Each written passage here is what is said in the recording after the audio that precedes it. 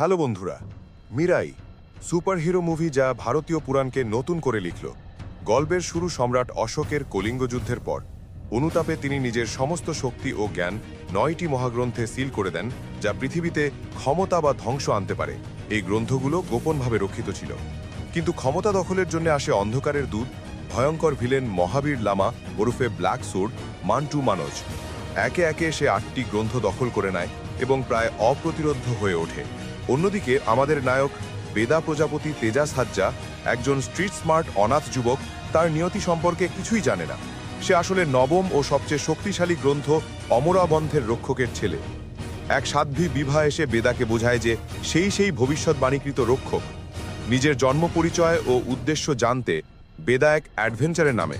তার মিশন হল মহাবীর লামাকে থামানোর জন্য একমাত্র উপায় মিরাই নামের ঐশ্বরিক অস্ত্রটি খুঁজে বের করা। এই মিরাই, যা একসময় ভগবান শ্রী রামচন্দ্র ব্যবহার করেছিলেন, সেটি ছিল বেদার ভাগ্যে লেখা। গল্পের ক্লাইম্যাক্সে মহাবীর লামা তার চূড়ান্ত লক্ষ্য পূরণ করতে চায়, কুম্ভ মেলায় লক্ষাধিক মানুষের ক্ষতি করা এবং শেষ গ্রন্থটি দখল করে অমর হওয়া। বেদা তাকে থামানোর জন্য পৌঁছায়। চূড়ান্ত অ্যাকশন সিকোয়েন্সে যখন বেদা প্রায় পরাজিত, তখন মহাবীরের বিরুদ্ধে ধর্ম রক্ষার জন্য এক অলৌকিক ঘটনা ঘটে। ভগবান রামের হস্তক্ষেপে মিরাই স্বর্গীয় ধনুক কোদণ্ডে রূপান্তরিত হয়। সেই শক্তি ব্যবহার করে বেদা একজন সাধারণ মানুষ থেকে সুপার যোদ্ধা হয়ে মহাবীর লামাকে ধ্বংস করে এবং বিশ্বকে রক্ষা করে। মিরাই শুধু একটি যুদ্ধ নয়, এটি ছিল মানবতা ও পৌরাণিক শক্তির এক মহাযুদ্ধ। এটি দেখায় কিভাবে বিশ্বাস আর সাহস দিয়ে অন্ধকারকে পরাজিত করা যায়।